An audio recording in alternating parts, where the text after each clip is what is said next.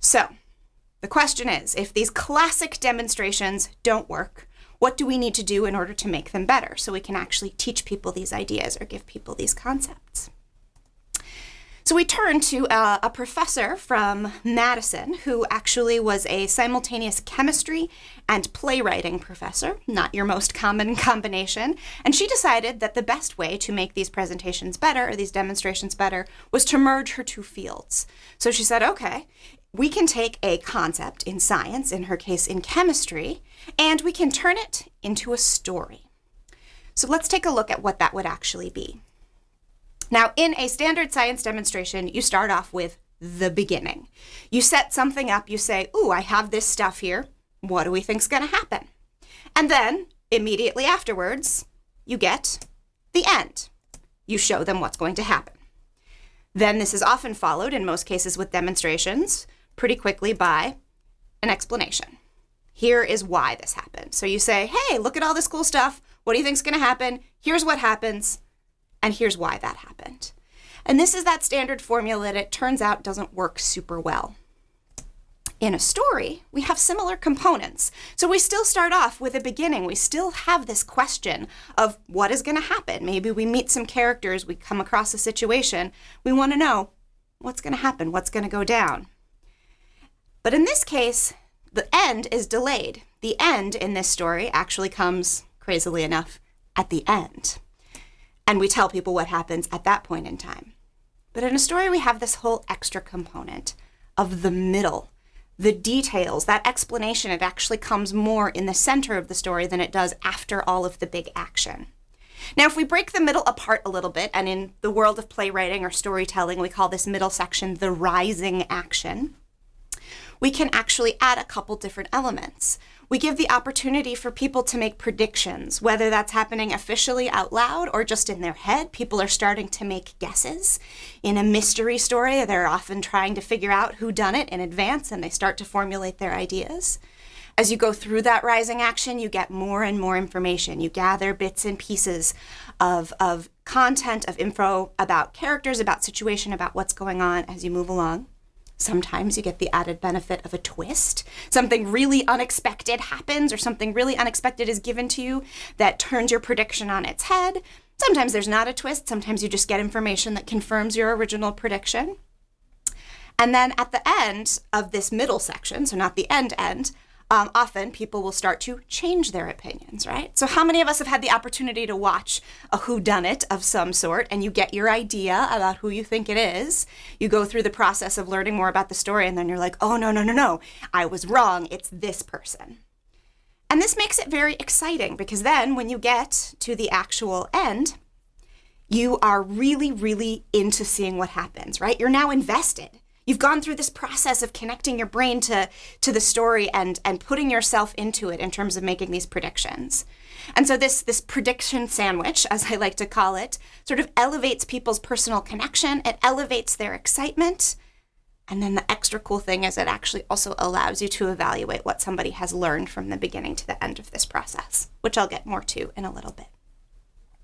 So in the example of Will It Light, the experiment I just showed you, if we break it down a little bit according to this storytelling model, we have our beginning. We put forward our big question. Will our light bulb light in pure water? This is what we're all wondering about. This is what we're trying to get to. And in the example I showed you, we jumped pretty quickly to just showing you, hey, look, it didn't. But in a storytelling model, we would then add this middle section. We would say, okay, well, let's take a moment, make a prediction. What do you think? Is it going to light? Is it not going to light? And then we're going to add to this a little bit. We're going to gather more information. Okay, well, let's not try it in pure water yet, but let's see what happens when we try it in salt water. Let's see what happens when we try it in sugar water. Let's add to this a little bit. Let's add some information about chemistry that maybe you didn't know before, that you can connect to these experiments we just saw, and then hopefully actually connect back to this big question, will the light bulb light in pure water? And then if you take a moment to ask people, all right, now that we've seen those experiments and we've gained that information, what do you think now? Do you think the same thing that you did 10 minutes ago, or do you have a new idea? And it's always totally fine for people to have the same idea. It's fine for them to change their opinion. It's fine for them to still not know. But the nice part about this is it's made their brains really click in and invest in the process along the way. So then we add in the end, this big moment. We've now delayed the gratification of finding out the answer to this question, and now people have connected a personal guess as to what they think it is. So when we finally show them that it does not light up, you can actually get rooms full of children to cheer for a light bulb not lighting up.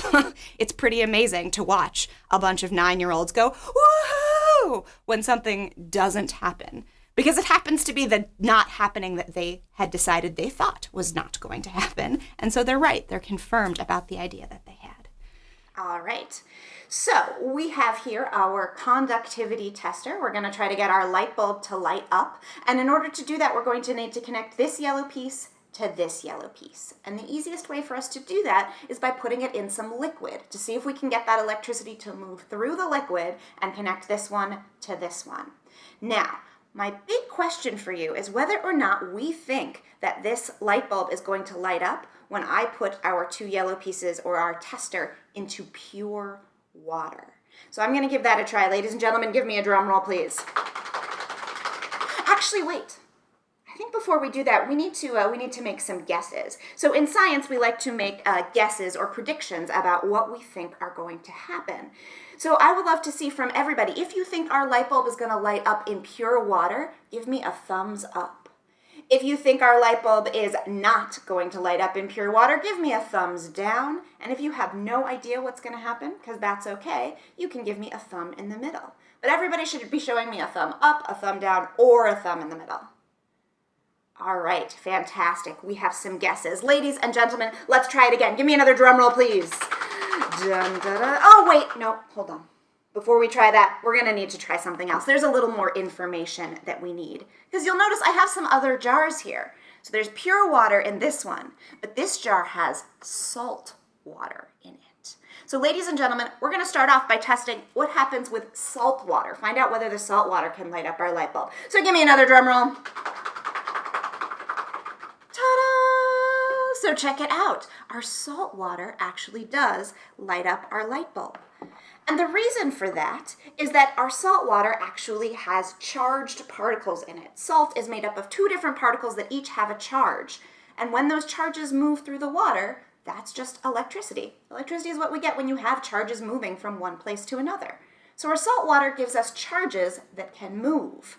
Now, I also have here sugar water. Does sugar have charged particles in it?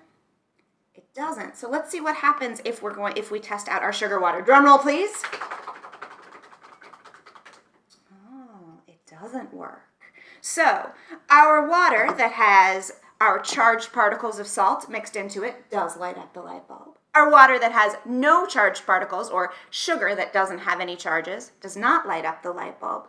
Pure water with nothing mixed into it all, does that have charges in it?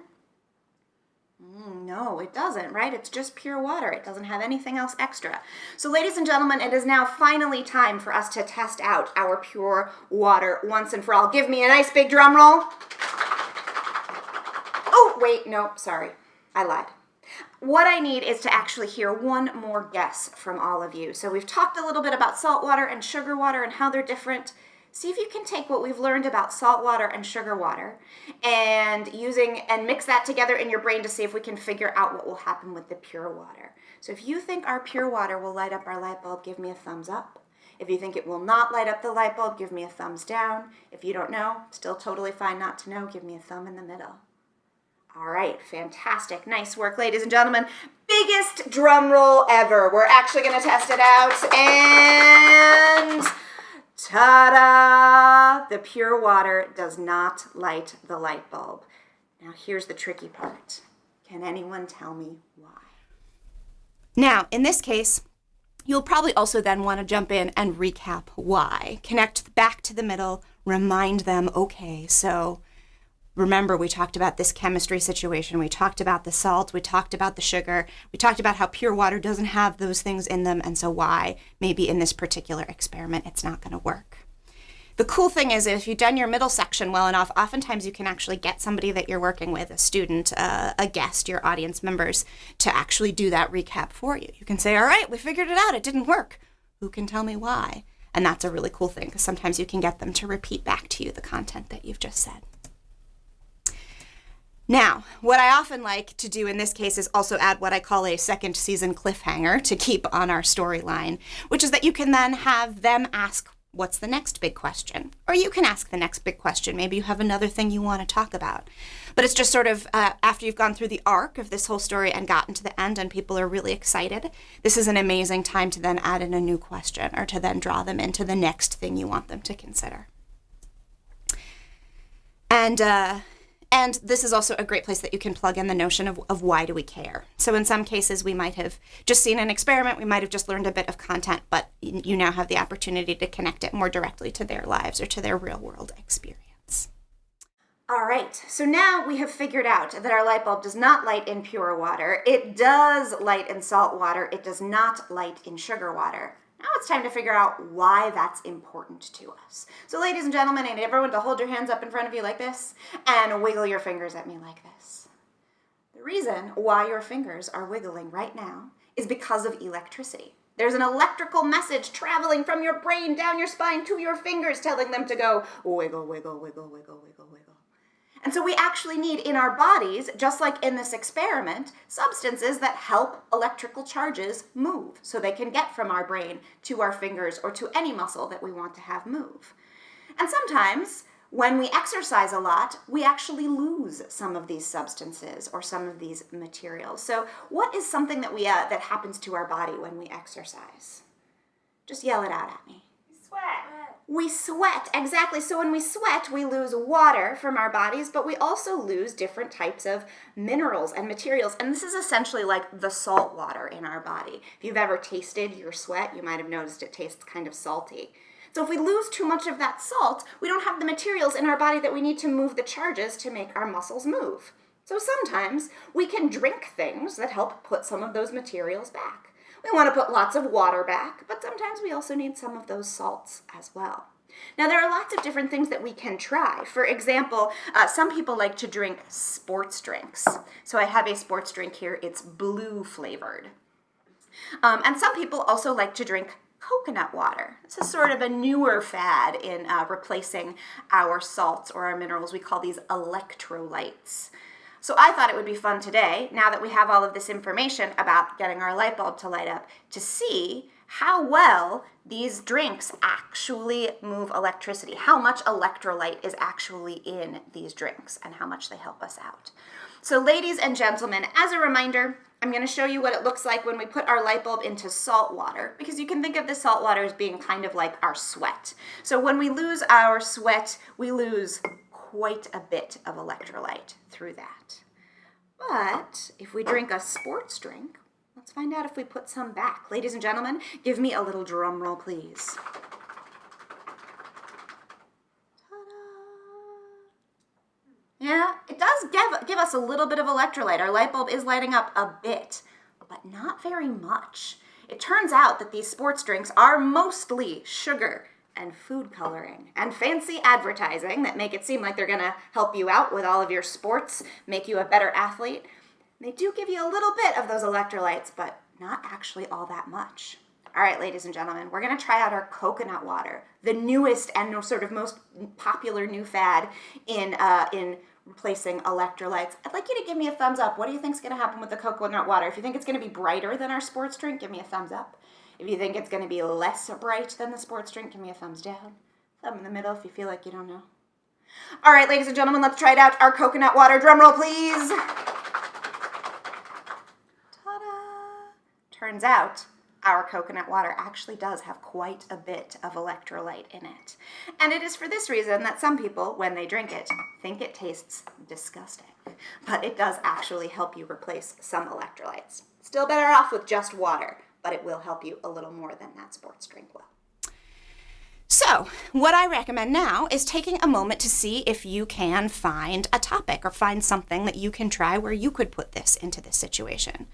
You want to find a question, a beginning, something that is dramatic, something that is a good question that is open-ended, or not necessarily open-ended, but something that it's not obvious, that not everybody's just going to know right away what the answer is. Your middle section, so give people an opportunity to make a guess, give them an opportunity to do a little bit of exploration, to add a little more information, and then give them a chance to guess again. And then after delaying it, after going through that process, then you actually get the opportunity to do the demonstration. You answer your big question from the beginning, and then you take your time to recap. So if you want to, you can take some time now to see what it would look like to build this into your own content area or your own small activity.